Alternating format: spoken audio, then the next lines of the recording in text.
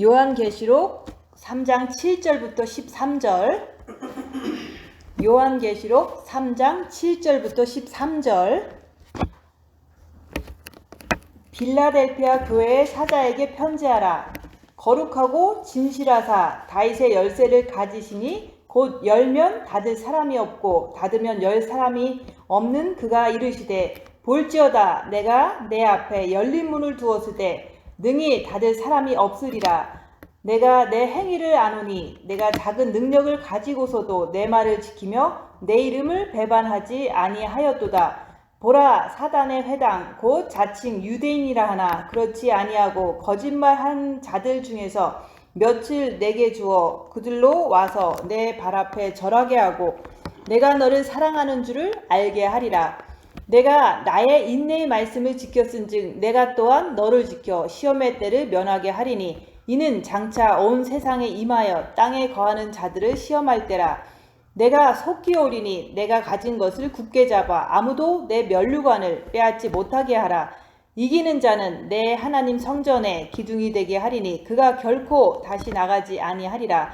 내가 하나님의 이름과 하나님의 성 곧 하늘에서 내 하나님께로부터 내려오는 새 예루살렘의 이름과 나의 새 이름을 그의 위에 기록하리라.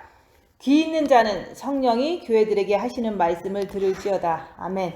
오늘 말씀은 10절 말씀.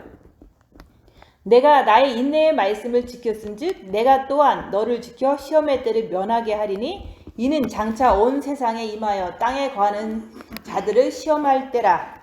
그래서 우리가 앞으로 7년 대환란이 올 텐데 이 시험의 때라는 것은 7년 대환란을 말하는 거예요.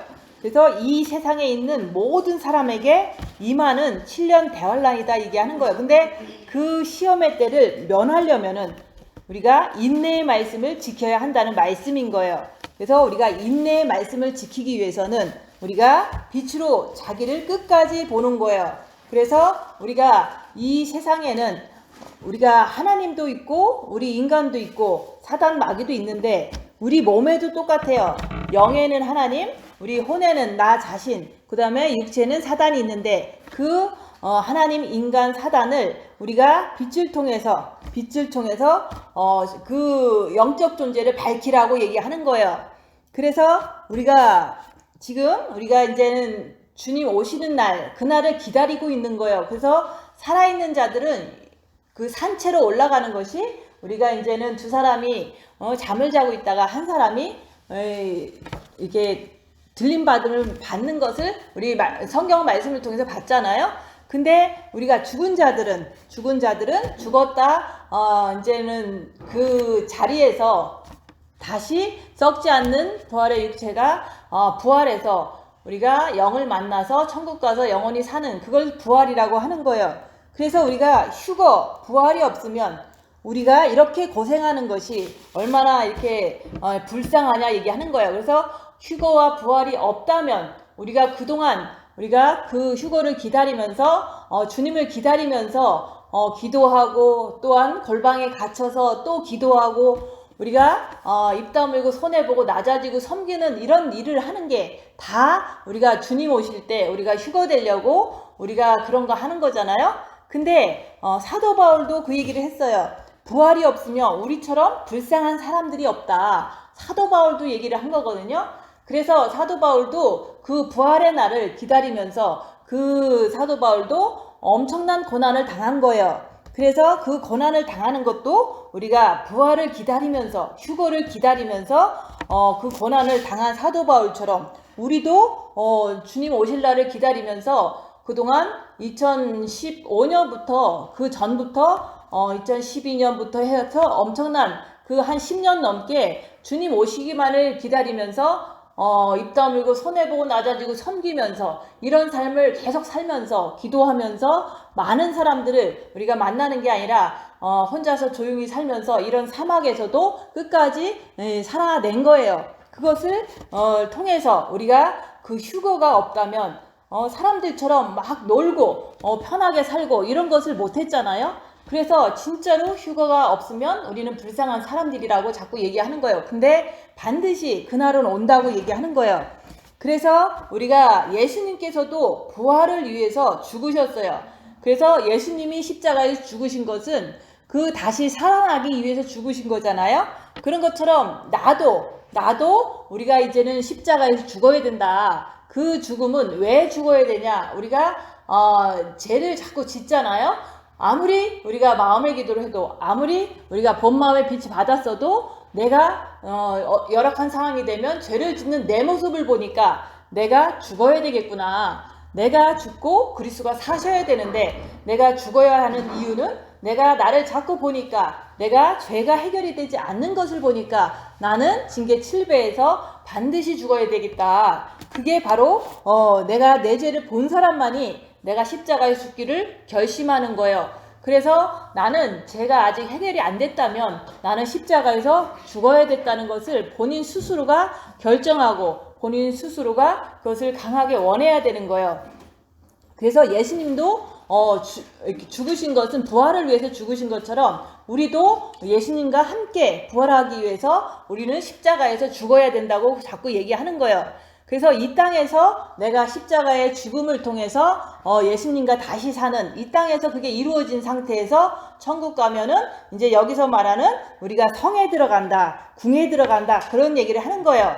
그래서 우리가 이기는 자는 분명히 하나님이 내 하나님 성전의 기둥이 되게 하리니 그가 결코 다시 나가지 아니하리라 그랬잖아요. 그래서 우리가 이기면은 하나님 나라에 가서 성전 기둥이 된다 그랬어요. 그 성전은 어마어마하게 큰 성전인데 그 하나님이 계시는 성전이잖아요. 예수님이 계시는 그 성전에 우리가 기둥이 된다는 말은 그 기둥이 어떻게 피지컬리 기둥이 되는 게 아니라 가장 중요한 인물이 된다는 거예요. 그래서 우리가 인내의 말씀을 지키면, 내가 내 육을 이기면은 내가 이기고 보좌에 앉은 것 같이 너도 네 육을 이기는 것이 인내의 말씀을 지키는 거거든요. 그렇게 이기면은 너도 천국에 가면은 성전 기둥이 되게 하겠다고 약속하신 거예요. 근데 그 성전 기둥은 천국에 가면 가장 핵심 인물이 된다, 그 얘기를 하는 거예요. 우리가 이 땅에서도 우리가 이제 학교 같은 데 가면은 그 학교에서도 왜 선생님이 막 이뻐하는 그런 학생이 있잖아요. 그런 것처럼 우리가 천국 가서도 하나님 아버지와 예수님께서 우리가 그 이기는 자가 돼서 인내의 말씀을 지켜서 그 성전에 들어가면은, 궁에 들어가면은 그 궁에서 가장 이쁨 받는 그런 우리가 핵심 인물이 된다, 그런 뜻인 거예요. 내가 성전 기둥이 된다는 말은. 그래서 우리가 지금도 우리가 누군가를 좋아하면은 그 사람한테 막 사랑받고 싶고 이런 마음이 있잖아요. 이 세상 살 때도. 그런 것처럼 우리가 예수님을 사랑하고 하나님 아버지를 내 아버지라고 이렇게 부르고 있는데, 천국에 가서 그 아버지를 가까운 데서 보고 아버지께서 나를 너무 사랑해 주시면은 우리가 너무 좋잖아요. 근데 천국 가서도 정말로 아버지 옆에, 우리가 예수님 옆에 가는 길이, 그게 바로 인내의 말씀을 지키는 거예요. 그래서 우리가 진짜로 천국 가면은 핵심 인물이 된다는 거. 그래서 성전 기둥이 된다. 그리고 그 성전 기둥뿐만 아니라 내가 하나님의 이름과 하나님의 성, 곧 하늘에서 내 하나님께로부터 내려오는 새 예루살렘의 이름과 나의 새 이름을 그의 위에 기록하리라. 그래서 우리가 인내의 말씀을 지키면은 천국 가면은 우리에게 하나님 아버지의 이름을 새겨주신다는 거예요. 그리고 예루살렘의 이름도 새겨주시고 예수님의 이름도 나한테 새겨주신다, 그런 얘기를 하는 거예요. 그 말은 예수님하고 항상 같이 있다는 뜻인 거예요. 그래서 우리가 진짜로 천국 가면은 늘 예수님 옆에 우리는 있는 거예요. 지금도 우리가 빛으로 오신 예수님을 우리가 영안에 모시고 본 마음에 모시고 이렇게 살고 있지만 보이지 않기 때문에 우리가 보지 않고서 우리가 끝까지 인내의 말씀을 지키려니까 다른 길이 없어요. 우리가 입 다물고 손해보고 낮아지고 섬기면서 내가 끝까지 죄와 싸우기를 필기까지 하면서 악한 영을 밝혀가면서 끝까지 주님 붙잡고 그 상황을 잘 주님 이름을 배반하지 않을 때, 그게 바로 보이지는 않지만 우리가 죄를 보는 게 우리가 하나님을 보는 거다, 그 얘기를 하는 거예요. 그 죄를 보는 게 여기서 말하는 빌라델피아 교회는 신부교회예요. 왜 신부교회냐면은 네가 작은 능력을 가지고서도 내 말을 지키며 내 이름을 배반하지 아니하였도다 그랬잖아요. 그래서 우리는 정말로 이렇게 가진 것도 없고 배운 것도 없고 뭐 남한테 내세울 것도 없잖아요. 어떤 것도 없지만 은사도 없고 아무것도 없지만 우리가 주님을 사랑하는 그 마음이 있는 거예요. 그래서 주님을 마음으로 사랑하면 빛을 주신다. 그래서 그 빛 가지고 우리가 기독교인이 되면 영의 빛을 받는 거예요. 근데 우리가 첫째 계명을 하면 본 마음에 빛을 받아요. 그 빛을 받았으니까 그게 우리가 많이 받고 조금 받고 이런 차이는 있지만 그래도 그거는 작은 불씨와 같은 거거든요. 그래서 그 빛을 가지고서 우리가 말씀을 지켜야 되는데 그 말씀을 지키는 방법은 다른 게 아니에요. 우리가 입 다물고 자기를 보면서 내 안에 있는 악한 영을 분별할 때 그 악한 영을 분별함으로 인해서 우리는 악한 영을 안 따라가고 주님을 따라가기 때문에 말씀을 지킬 수가 있는 거예요. 그래서 우리가 빛이 있기 때문에 우리는 작은 능력을 가졌다. 그 작은 능력을 가지고 우리가 옆에 사람들한테 이웃들한테 우리가 섬기면서 내 안에 있는 악한 영을 밝히는 거예요. 그래서 우리가 이제는 제가 이렇게 말은 쉽게 하지만 저도 이제 옆에 있는 육신을 가진 육체적인 사람들에게 엄청나게 섬기는 거예요. 이유도 없이 도움 주는 것도 없이 무조건 이렇게 맨날 그러잖아요. 뼈가 가루가 되도록 육체가 초토화되도록 옆에 사람을 섬기고 있어요. 그 섬기는 것은 내 생각은 너무 억울해. 나는 너무 억울해. 왜냐면 진짜로 도움도 하나도 안 주는데 나는 왜 이렇게 초토화가 되도록 저 사람을 섬겨야 되는가 하면서 억울한 생각이 너무 많이 들 때가 있어요.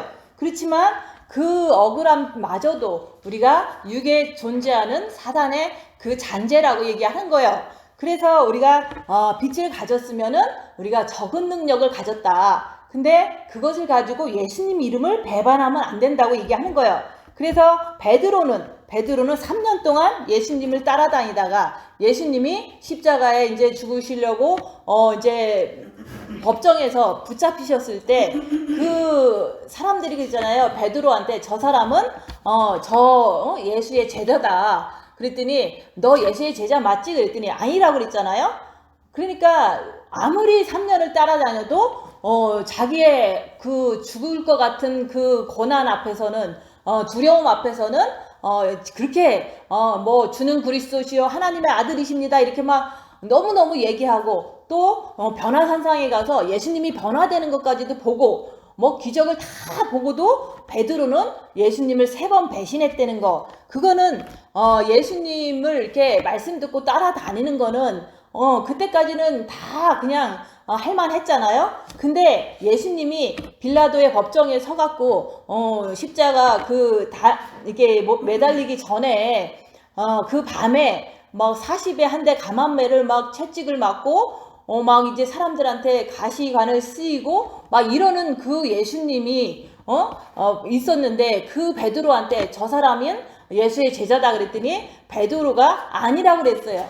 근데 왜 거짓말하냐 그거예요. 거짓말했잖아요. 그게 바로 내 이름을 배반하였도다 이 말인 거예요. 그래서 이게 베드로의 일만은 아니잖아요. 우리도 열악한 상황이 되면은 예수님을 배반하지 않고 적은 능력을 가졌으니까 입 다물고서 주님 붙잡고 끝까지 말대꾸하지 말고 대항하지 말고 변명하지 말고 요구하지 말고 남을 비난하지 말고 싸우지 말고 끝까지 주님 붙잡고 목숨을 걸고서 그것을 해내야 되는 거예요. 그러면 여기서 말하는 것처럼 빌라델피아 교회가 되는 거예요.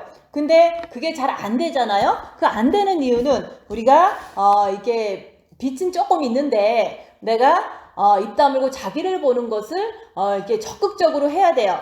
입 다물고 손해보고 낮아지고 섬기면서 자기를 보면은 볼수록 내 안에 사탄이 있구나. 내 안에 이렇게 사탄이 있어서 자꾸 죄를 짓게 만드는구나. 이것을 본인이 그 열악한 상황에서 자꾸 밝혀가면서 끝까지 목숨을 걸고 주님 붙잡고 죄 안 지려고 할 때 그게 바로 죄와 싸우기를 필리까지 할 때 그때 내 이름을 배반하지 아니하였도다 이렇게 되는 거예요. 그래서 우리가 신부가 되려면 빌라델피아 교회처럼 빛을 받고 열악한 상황에서 베드로처럼 자기 목숨 아까워서 나 예수님 모른다고 3번씩이나 부인하는 게 바로 우리들의 모습이라는 거. 그래서 베드로는 3번 부인했는데 나는 왜 자꾸 부인하냐 그거예요.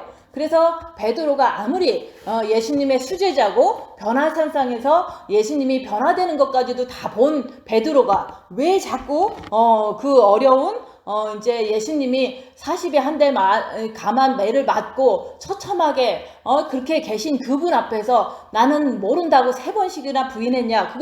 그게 다 내 안에 사탄이 있어서 그 열악한 상황만 되면 배반하더라 얘기하는 거예요. 그게 바로 내 모습이라는 것을 오늘도 우리가 살아가면서 그걸 인정을 해야 돼요. 그래서 신부가 되려면 진짜로 빚을 받고 절대로 어떤 상황에서도 싸우면 안 된다. 어떤 상황에서도 변명하지 마라. 어떤 상황에서도 남하고 다투지 말라고 얘기하는 거예요. 그게 바로 내 이름을 배반하지 아니하였도다 이런 말씀인 거예요. 그래서 이런 것들이 이제 우리가 베드로 얘기도 했고 내 자신을 볼 때 내 자신도 그렇더라. 근데 이렇게 믿음이 있는 사람들이 예전에는 이제 공산당이 시작되면 그 공산당이 시작되는 그 나라에서는 크리스찬 먼저 다 잡아들여요. 그래서 대부분 목사님들을 다 가둬버려요. 그래서 세뇌를 시키는 거예요. 예수님은 구원자가 아니다. 이러면서 하루 종일 녹음기를 틀어주는 거예요. 그럼 막 세뇌를 막 시켜갖고 막 이제 이 사람한테 예수를 부인하게끔 만들려고 자꾸 녹음기에서 예수는 구원자가 아니다. 예수는 거짓말쟁이다. 이런 식으로 계속 녹음을 틀어주는 거예요. 그러면은 그 목사님이라도 그 소리를 계속 들으면은 막 미쳐요. 그렇지만은 그 목사님들도 진짜로 예수 이름 붙잡고서 끝까지 견딘 거예요. 그게 바로 여기서 말하는 네가 작은 능력을 가지고서도 아무리 공산당이 나를 세뇌시키려고 해도 아무리 공산당이 나를 14년을 갖다가 매질을 해도 오직 예수님 사랑합니다. 이걸로 견딘 거예요. 그래서 그게 예수님 사랑합니다. 그게 바로 적은 능력이지만 그 예수 이름을 배반하지 않는 그거라고 얘기하는 거예요. 그래서 우리가 주님 사랑합니다. 예수님 사랑합니다. 이게 마음의 기도잖아요. 그것을 우리는 지금도 하지만 열악한 상황에서도 해야 된다 그 얘기를 하는 거예요.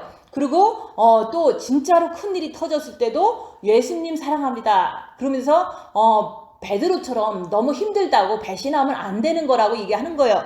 그래서 그 얘기 하잖아요. 예수님의 우편에 누가 앉겠습니까? 그랬더니 두 사람이 그랬잖아요.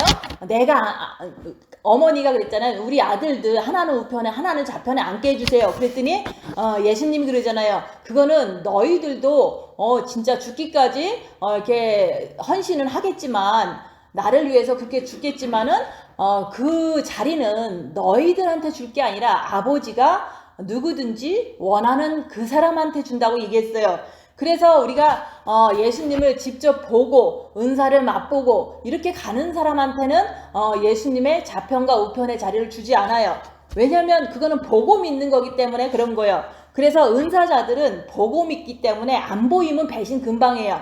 근데 우리는 아직 미숙하긴 하지만 우리가 빛이 있으니까 우리가 입 다물고 손해보고 낮아지고 섬기면서 내 안에 있는 악한 영을 계속 밝히는 거예요. 끝까지 밝히는 거예요. 그 밝히면서 내가 어떤 상황에서 싸우지 않는 것, 어떤 상황에서 변명하지 않는 것, 어떤 상황에서 남한테 요구하지 않는 것을 통해서 내가 그 예수 이름을 배반하지 않을 수밖에 없는 거예요. 왜냐면 우리가 이제는 모든 사람들이 어울려 살면은 옆에 사람도 조금 나를 도와주고 나도 옆에 사람 도와주고 이렇게 하면은 다 좋잖아요. 근데 사람들은 그걸 잘 모르니까 내가 무조건 섬겨요. 무조건 섬기다 보면 내 몸이 너무 지치고 힘들고 그런데 옆에 사람한테 조그만 일이라도 시키고 싶어. 왜냐면 내가 너무 피곤하니까. 근데도 요구하지 말라는 그런 그 말씀을 이렇게 내가 남한테 요구하지 않는 거예요. 그럴 때 내 속에서는 요구해라 그래요. 그렇지만 요구하지 않는 것으로 주님 붙잡고 꾸준히 내 앞길 가는 거예요. 그게 바로 내 이름을 배반하지 아니하였도다. 이 사람이 되는 거예요. 그래서 우리가 열악한 상황에서 입 다물고 자기를 보면서 오직 주님 붙잡고 손해봐도 끝까지 견디는 그게 바로 예수님 이름을 배반하지 않는 거라고 얘기하는 거예요. 싸우지 않는 것이 이게 쉽지는 않잖아요. 그러니까 예수님 붙잡고 예수 이름 붙잡고 우리가 견디는 것이 예수 이름을 배반하지 않는 거예요. 그렇게 하는 자는 천국에 가서 하나님 아버지의 이름과 새 예루살렘의 이름과 예수 그리스도의 새 이름을 나한테 새겨주신다잖아요. 그래서 우리가 예수 이름을 배반하면은 열악한 상황에서 예수 이름 찾지 않고 육신의 그 편한 대로 쫓아가면은 그게 배반자라고 얘기하는 거예요. 베드로처럼 배반하는 거예요. 그걸 몇 번 보다 보면은 이제는 내가 십자가에서 죽어야 되겠구나. 그러면서 우리가 베드로가 언제 정신을 차렸냐면은 예수님이 찾아와서 부활해서 예수님이 직접 찾아왔잖아요. 베드로한테. 그랬더니 베드로가 면목이 없어서 이렇게 고개만 숙이고 있잖아요. 자기가 예수님 모른다고 했는데 얼마나 창피해요. 근데 자기 죄는 미리 알고 있는 거예요. 베드로가 진짜 내가 하나님의 아들 예수를 모른다고 3년이나 따라다니다가 모른다고 했다는 거에 대해서 너무 죄책감에 시달렸던 거예요. 그래서 우리가 싸우고 나면 죄책감에 시달리는 거랑 똑같은 거예요. 그리고 옆에 사람하고 싸우지 말라 그랬더니 자꾸 싸우고 죄책감에 시달리는 거나 베드로가 예수님 모른다고 하고서 예수님 찾아왔을 때 죄책감에 시달리는 거랑 똑같은 현상이다 얘기하는 거예요. 그래서 그 베드로가 이제 언제 이렇게 진짜 회심을 했냐면 네가 나를 사랑하느냐 그랬더니 말을 못해. 왜냐면 3번이나 배신했는데 어떻게 그걸 네 사랑합니다 이렇게 얘기할 수 있겠어요. 그래서 또 물어보는 거예요. 네가 나를 사랑하느냐 그랬더니 또 말을 못해. 또 물어보는 거예요. 네가 나를 사랑하느냐. 내가 주님 못 사랑해서 내가 주님 배신한 거 주님이 다 아시잖아요. 주가 다 아십니다. 그렇게 얘기한 거예요. 그랬더니 예수님이 내 양을 쳐라. 내 양을 먹여라. 이 말은 내가 너를 용서했으니까 앞으로는 이제 내 이름 배신하지 말고 앞으로는 이렇게 복음을 전하면서 예수님 믿는 사람들을 잘 양육해라. 이런 사명을 주신 거예요. 그래서 우리도 맨날 옆에 사람 싸우고 미워하고 이런 것들이 다 예수님을 배신하는 모습이라는 거. 그렇지만 많이 해봤으니까 이제는 내가 예수님 배신하지 말고 이제는 내가 주님 사랑하고 주님 어떤 상황에서도 내가 손해보더라도 끝까지 주님 붙잡고 죄와 싸우기 필리까지 견디는 거. 근데도 부족해. 그러니까 우리가 징계 7배 하면서 십자가에서 죽으라 얘기하는 거예요. 그래서 십자가에서 죽는 길은 내가 죄를 깨닫고 확실히 깨달은 자가 내가 죽기를 원합니다. 주님 저에게 징계 7배로 주시옵소서. 이럴 때 주시는 거예요. 그럴 때 주시면은 내가 이제는 그 죄 속에서 3일을 꼼짝도 말고 내가 그 3일 동안 어떤 사람의 위로라든지 어떤 해결책을 간구하지 말고 오직 주님 안에서 가만히 있으라고 얘기하는 거예요. 근데 그게 잘 안 돼요. 왜냐면 사단의 역사가 크기 때문에. 그래서 그냥 가만히만 있으면 돼. 근데 그 안에서 막 사단의 충동질 때문에 너무 내가 잘한 것 같고 저 사람은 잘못한 것 같고 나는 저 사람을 미워하는 게 정당하고 저 사람은 정말 잘못했고 이러면서 계속 3일 동안 괴로워지는 거예요. 그게 바로 무덤의 3일이다 얘기하는 거예요. 그래서 예수님이 왜 베드로한테 3번씩이나 물어봤겠어요. 죄가 확실히 인정이 되느냐라고 묻기 위해서 3번이나 물어본 거예요.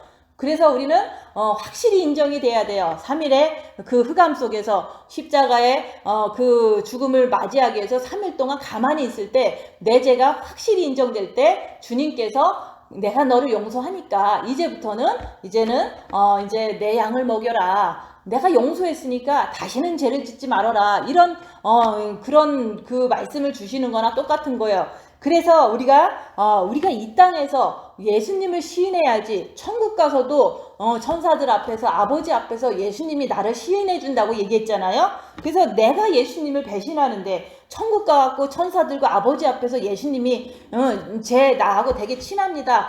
쟤는 나를 사랑합니다. 이렇게 고백해 줄 수 없잖아요. 시인해 줄 수가 없잖아요. 그래서 우리는 이 땅에서 우리가 적은 능력을 가지고서 우리가 빛으로 내 행동을 봐라 얘기하는 거예요. 그 행동은 다 마음에서 나오는 거기 때문에 내가 본 마음에 아무리 빛을 받았다고 해도 내 행동에서 나오는 모든 불평불만 이런 어떤 행동이 나오잖아요. 그것은 정과 욕심에서 마귀의 이간질로 인해서 마음에서 나오는 거라고 인정을 해야 된다 얘기하는 거예요.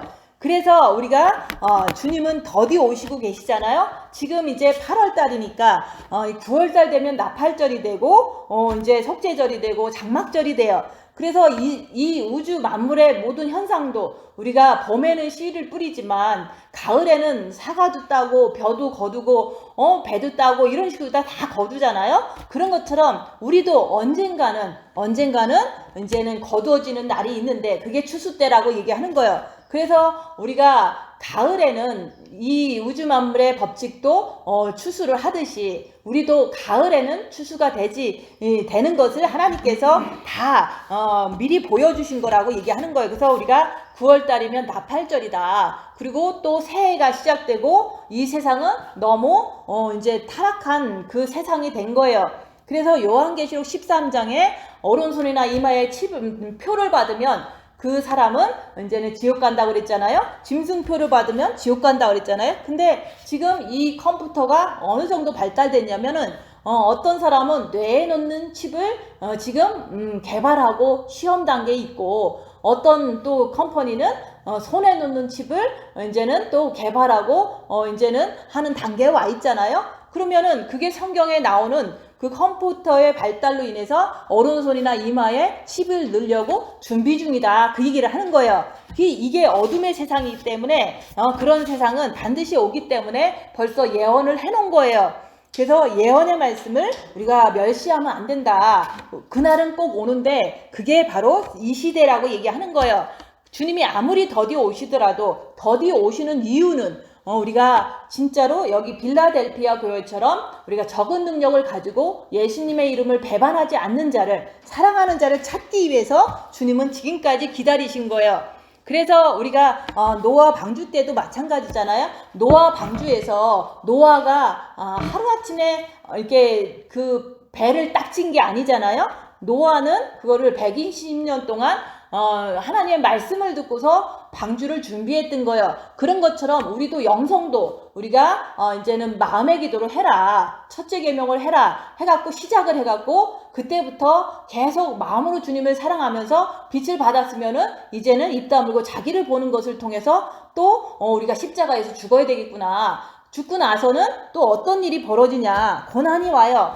그렇지만은 그 고난은 마음의 평안을 가지고 받는 고난이기 때문에 방주 안에서 우리는 쉬면서 고난을 받는 거예요. 그래서 방주 안에 들어간 자는 누구냐? 노아도 120년 동안 하나님 말씀을 지키면서 방주를 진 것처럼 우리도 첫째 계명 하면서 자기를 보면서 죄와 싸우기를 필리까지 하면서 우리가 입 다물고 손해보고 낮아지고 섬기면서 십자가의 죽음까지 간 자가 그게 바로 우리가 방주에 들어간 자라고 얘기하는 거예요. 방주 짓는 거는 120년 걸리듯이 우리도 오랜 세월을 걸리는 거예요. 그렇지만은 그 걸린 후에는 우리가 진짜 장차 이 세상에 임하여 그 땅에 시험이 임하는데 그 시험이 노아 홍수 때는 홍수가 쏟아지는 거지만 지금 앞으로 이제 다가오는 7년 대환란은 홍수가 아니라 불인 거예요.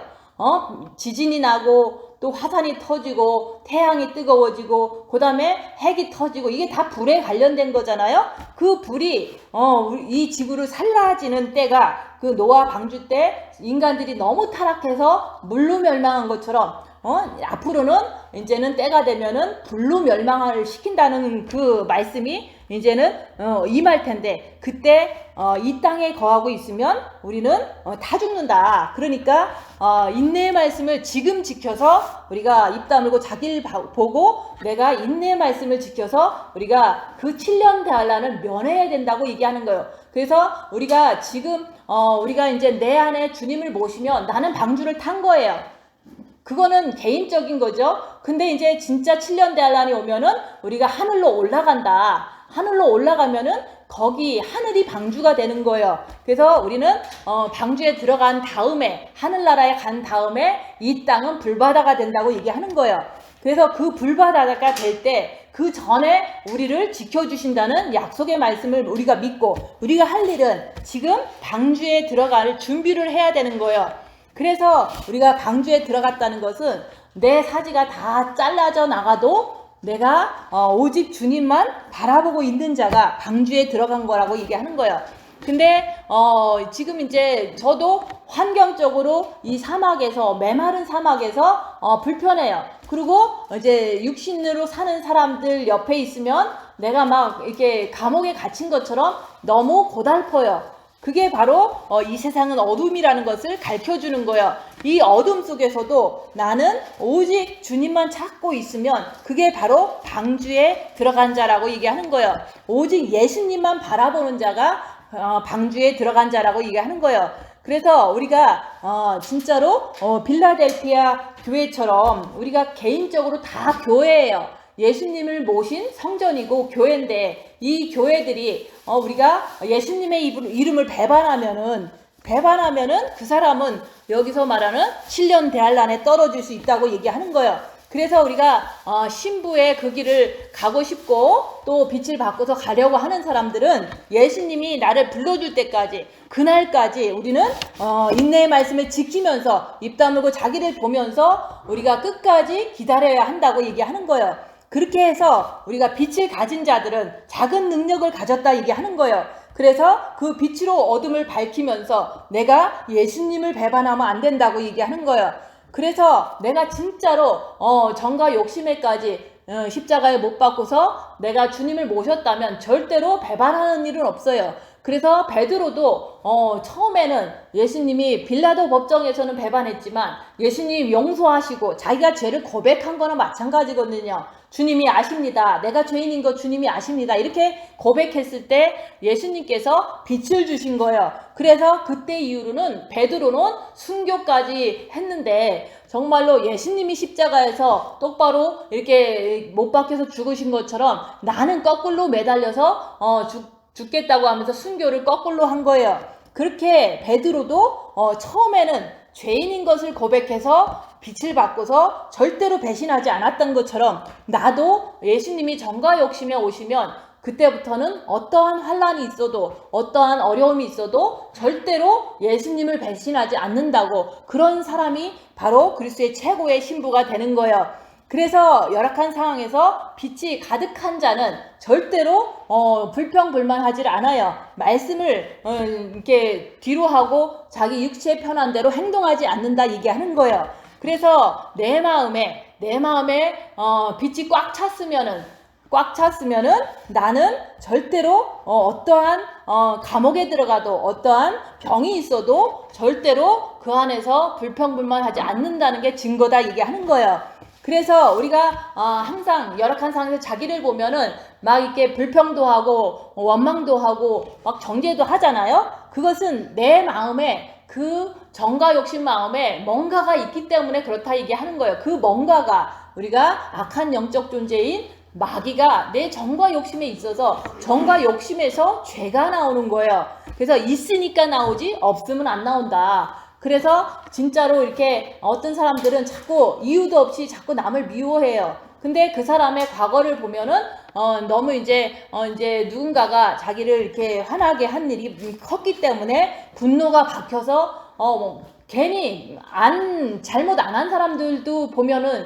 자기가 막 미워하는 것을 쉽게 하는 걸 보면은 그 안에 마귀가 있기 때문에, 분노라는 마귀가 있기 때문에 그런 상황에서 자꾸 쉽게 이렇게 내보내는 그런 모습을 보는 것처럼 내 모습도 똑같아요. 내가 누군가하고 이렇게 갈등 속에서 내가 막 싸웠잖아요. 그게 분노거든요. 그 분노가 내 안에 있기 때문에 나오는 거지 저 사람이 어떻고 내가 좀 잘했는데 이렇게 얘기하면 안 된다 얘기하는 거예요. 우리는 정말로 내 안에 어둠이 없으면 절대 안 나온다. 그래서 내가 나온다는 것은 내 안에 어둠이 있기 때문에 나오니까 그 어둠을 빛으로 물리치는 방법이 바로 정과 욕심을 십자가에 못 박는 방법밖에는 없어요. 그래서 우리가 그 궁에 들어가면은 궁에 들어가는 사람이 있고 밖에 있는 사람이 있고 변방에 있는 사람이 있어요. 그래서 여기서 말씀하는 것은 신부들이니까 빌라델피아 신부는 적은 능력을 가지고 예수님의 이름을 항상 배반하지 않는 그 그리스도의 신부거든요. 그런 사람들은 천국 가면요, 이제 성전 기둥이 돼서 그 성전이 엄청 큰데 아버지도 계시고 예수님도 계시고 보좌도 있고 거기는 너무너무 아름다운 그 천국 성전인데, 궁전인데 거기서 내가 엄청 중요한 인물이 되는 거예요. 기둥이 된다는 것은. 근데 그 기둥이 되게 하려면은 이겨야 된다. 인내의 말씀을 지키는데 지키는 방법을 계속 얘기하잖아요. 입 다물고 자기를 보는 것. 그리고 죄와 싸우길 필리까지 하면서도 끝내 내가 죄인인 것을 고백해서 주님을 내 안에 들어와 주세요. 내가 못 이기니까 주님 내 안에 들어와 주세요. 이게 바로 십자가의 죽음인 거예요. 그렇게 됐을 때 주가 내 안에, 내가 주 안에 있으면 내가 이기는 자가 되는 거예요. 그래서 이기는 자는 성전 기둥이 된다. 천국 가면은. 그리고 우리가 그렇게 하면은, 인내의 말씀을 지키면 하나님 아버지의 이름이 나한테 새겨지고, 또 새 예루살렘의 이름이 나한테 새겨지고, 예수님의 새 이름이 나한테 새겨진다는 거. 그거는 내가 예수님과 늘 함께 있다는 그런 말씀인 거예요. 천국 가면 늘 예수님하고 함께 항상 있는 거예요. 그런 사람이 되기 위해서는 우리는 늘 예수님을 배반하면 안 된다. 그리고 우리가 인내의 말씀을 입 다물고 자기를 보면서 지켜내야 된다. 그 얘기를 자꾸 하는 거예요. 그래서 우리가 마음의 기도를 했기 때문에, 우리가 빛이 있기 때문에 우리는 작은 능력을 가졌으니까, 네가 자기를 보려고만 하면, 십자가에서 죽기를 자원하면은 네가 진짜로 이기는 자가 돼서 천국 가면은 주님하고 함께 항상 있는 거예요. 그래서 우리가 지금 면류관을 빼앗지 못하게 하라고 그랬잖아요. 아무리 우리가 빛을 받았다고 해도 육신대로 자꾸 내 맘대로 살면은요, 빛은 소멸돼요. 여기서 면류관을 빼앗지 못하게 한다는 게 그런 말인 거예요. 그래서 우리가 공산권에 있는 목사님이 14년 동안 감옥 생활을 죽도록 하다가 이제 서방으로 구출이 됐을 때 그 사람도 자기 면류관을 벌써 받았거든요. 산순교의 면류관도 받고 정말로 엄청 큰 면류관을 그분들은 받았어요. 왜냐면 14년 동안 하루도 빠짐없이 엄청난 고난을 당해서 거기서 예수 이름을 배반하지 않은 상태로 이제는 나중에는 이렇게 미국으로 이제 망명을 시켜줬거든요. 그랬을 때 그분이 하시는 말이 뭐냐면은, 내가 그 감옥에서 썩은 양배추 숲과 그런 걸 먹었던 기억을 하면서 여기 풍부한 미국에서도 자기는 항상 검소하게 사는 거예요. 왜냐면 면류관을 빼앗기지 않으려고 그러는 거예요. 그래서 우리가 면류관은 얼마든지 빼앗길 수 있다, 그 얘기를 하는 거예요. 내가 14년을 죽도록 고문을 당해서 큰 면류관을 받아놨다고 할지라도 미국에 와서 이 나태한 자본주의의 그 민주주의의 어떤 그 맛을 이렇게 확실하게 이렇게 많이 자유롭게 막 받아들이면은 그 면류관도 빼앗길 수 있다는 걸 그분은 알았던 거예요. 그래서 이제 항상 검소하게, 항상 그때의 그 기억을 늘 기억하면서 끝까지 신앙을 지키려고 했던 거예요. 그런 것처럼 우리가 골방 들어가서 빛을 받고, 또 지금 뭐 한 7년이라는 세월 동안 풀무불의 연단을 받았어도 내가 아무리 큰 면류관을 받아놨다고 해도 얼마든지 빼앗길 수 있다는 거. 그거는 우리 육은 사탄의 집이기 때문에 육에서 사탄이 유혹할 때 얼마든지 그 면류관을 사탄한테 빼앗길 수도 있다는 거를 우리는 늘 생각하고서, 우리가 육신으로 사는 게 아니라 우리가 늘 손해보는 삶, 주님 앞에 낮아지는 삶을 통해서 면류관 빼앗기지 말라고 얘기하는 거예요. 그래서 빛이 소멸되게 하지 않기 위해서는 늘 입 다물고 자기를 보는 것을 할 때 빛은 계속해서 더 많이 이렇게 생길 수가 있는 거예요. 그래서 우리도 빛 소멸하면 안 된다. 그리고 얼마든지 빛이 소멸된다는 것은 마음이 점점 좁아져서 옹졸하게 돼요. 근데 진짜로 이렇게 더 입 다물고 손해보고 하면서 주님께 더 매달려서 겉사람은 후패하지만 속사람은 빛이 가득 찬 어떤 그런 삶을 계속 발전해 나간다면 그 사람은 진짜로 이제 마음이 넓어지니까 옆에 사람들이, 이제 육신의 사람들이 자꾸 이렇게 조금 더 달라고 그러고 조금 더 이렇게 더 섬겨달라고 그래도 내가 다 섬겨주는 거예요. 막 하늘처럼 섬겨주는 거예요. 그러면 이제 육은 좀 불편하지만 그래도 내 마음이 넓어진 거를 이게 혼의 만족함을 가지고 내가 남을 섬기는 것을 너무너무 이제 자연스럽게 해주는 거예요. 그래서 우리는 면류관을 빼앗기면 안 된다, 빛을 빼앗기면 안 된다고 얘기하는, 그것은 내 안에 있는 사탄을 모르면 그것이 뺏겨지게 되면은 점점 빛이 소멸되면 미련한 다섯 처녀들은 등불이 다 꺼져가는 거예요. 그래서 우리는 주님 오실 때까지 우리는 항상 이렇게 그 변동될 수가 있는 거예요. 빛을 빼앗길 수도 있고. 그렇지만은 십자가를 딱 넘으면 그때부터는 그런 염려는 없어요. 그래서 십자가에 넘으면 안정권에 들어간다고 자꾸 얘기하는 거예요. 그래서 영성을 잘하면은 마음이 자꾸 넓어져요. 그게 빛이 넓어진다는 뜻도 돼요. 그리고 우리가 육으로 자꾸 살면은 마음이 점점점 좁아져요. 그래서 더 옹졸해지는 거예요. 그게 바로 면류관을 빼앗기는 현상이다 얘기하는 거예요. 그래서 열악한 상황에서 나를 보면서 나는 주님이 오시면 담대하게 설 수 있는가, 그것을 내가 오늘 하루도 열악한 상황에서 자기를 보면서 볼 수가 있는 거예요. 그래서 우리가 주님이 이제는 궁에 계시잖아요. 우리가 천국 가면은 궁에 들어가야 되잖아요. 그래서 궁에 들어가길 원한다면은 주님도 우리가 이렇게 궁에 더 많이 들어오기를 원하셔요. 그래서 더디 오시는데, 우리가 진짜로 궁에 들어가길 원한다면 반드시 입 다물고 자기를 봐야 돼요. 그리고 자기 안에 있는 악한 영을 인정하면서 내가 죄와 싸우길 페일까지 하지만 그래도 나는 죄 짓는다는 거, 그러니까 내가 죄인입니다 하면서 주님 나한테 들어와 주세요. 이게 바로 주님을 내 안에 모시는 거예요. 그래서 내가 네 안에, 네가 내 안에 있으면 열매를 많이 맺는다는 것은 우리가 성령의 9가지 열매도 맺고 10계명도 지키고 그 다음에 산상순도 다 지키고 모든 말씀을 다 지킬 수 있는, 주님이 함께 하시면 원수를 사랑할 수 있는 그런 게 되는 거예요.